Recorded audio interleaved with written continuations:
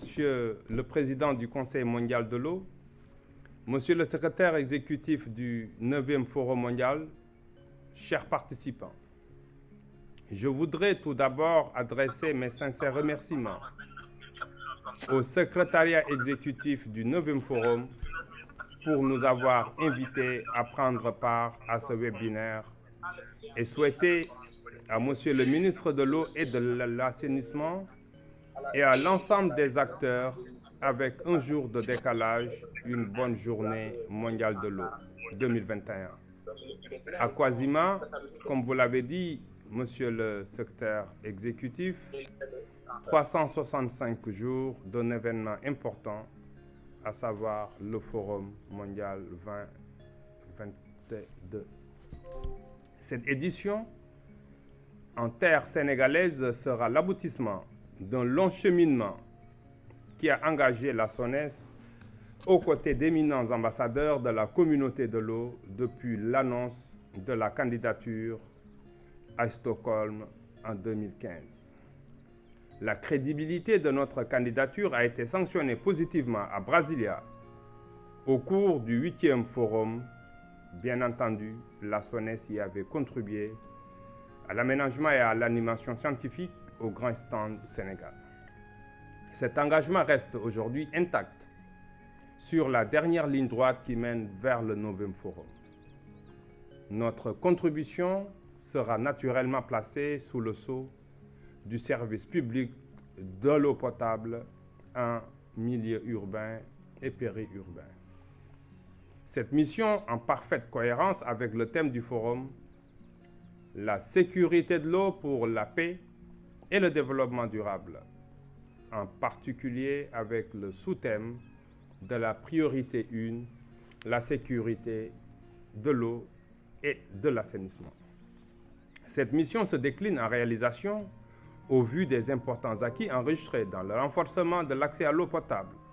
Monsieur le conseiller du ministre Amadou Diallo l'a évoqué, grâce entre autres au programme eau potable et assainissement du millénaire, le PEPAM.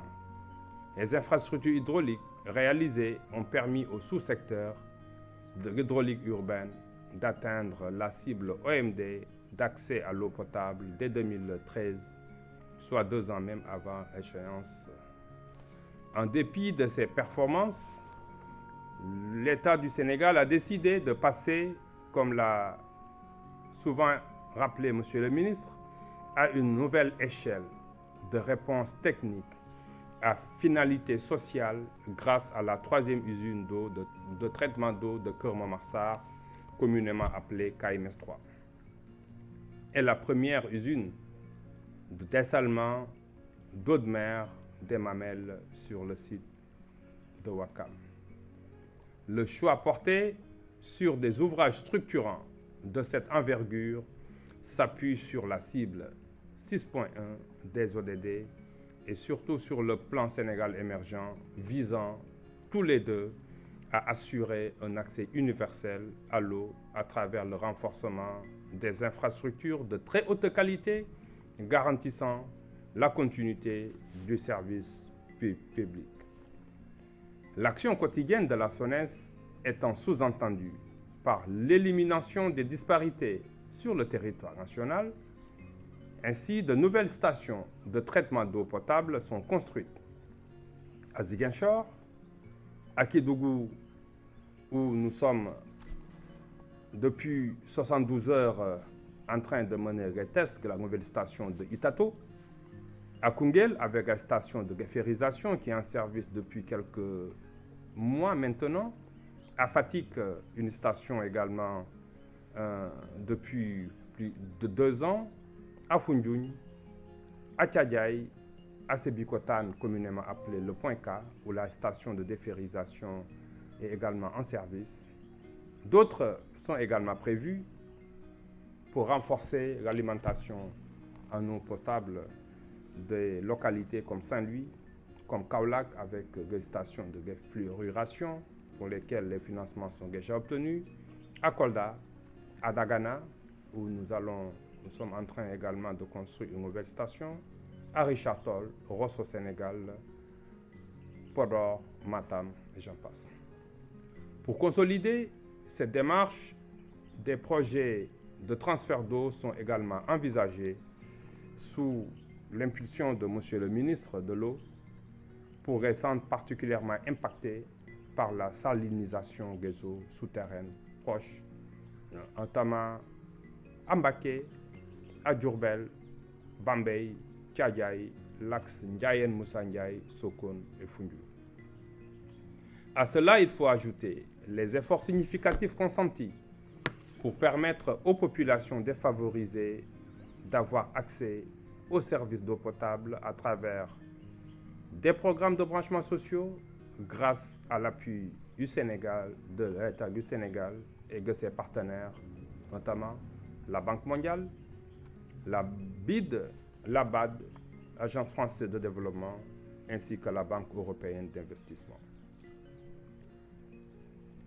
Pour la SONES, tous ces efforts de l'État du Sénégal, nous l'avons vu tout à l'heure dans les slides, où nous sommes passés à des niveaux plus importants en termes d'investissement annuel, à travers également le ministère de l'eau et de l'assainissement, méritent d'être valorisés et capitalisés lors du prochain forum Dakar 2022. À cet effet, la SONES s'engage à participer pleinement au marketing du forum à travers un espace d'exposition dans le cadre du protocole de partenariat déjà signé avec le secrétariat exécutif du 9e Forum mondial de l'eau. La SONES facilitera également la mobilisation de ses partenaires nationaux, internationaux. Nous pensons aux constructeurs, aux développeurs d'infrastructures, aux fabricants d'équipements, aux ingénieurs conseils et j'en passe. Ce sera, n'est-ce pas, un cadre d'échange sur les dernières innovations technologiques, comme vous l'avez rappelé tantôt, monsieur le secrétaire exécutif. Cet espace sera également un haut lieu de partage de l'expérience et de l'expertise de la SONES avec ses homologues du Sud, notamment dans les domaines de la formulation des stratégies, de mobilisation des financements, de management de projets, de partenariat public-privé. Je signale que notre institution publique explore déjà cette voie depuis plusieurs années déjà.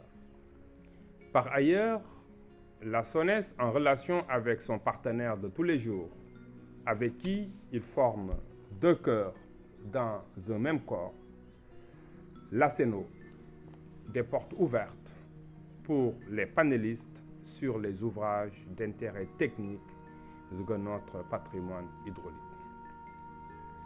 La SONES est donc plus que jamais engagée aux côtés des autorités du Forum à renforcer son concours dans la mise en œuvre de la feuille de route. J'engage l'ensemble du personnel de la SONES à œuvrer à la réussite de ce très grand événement. À vos côtés, ensemble, pour le Forum de Dakar. Je vous remercie de votre aimable attention.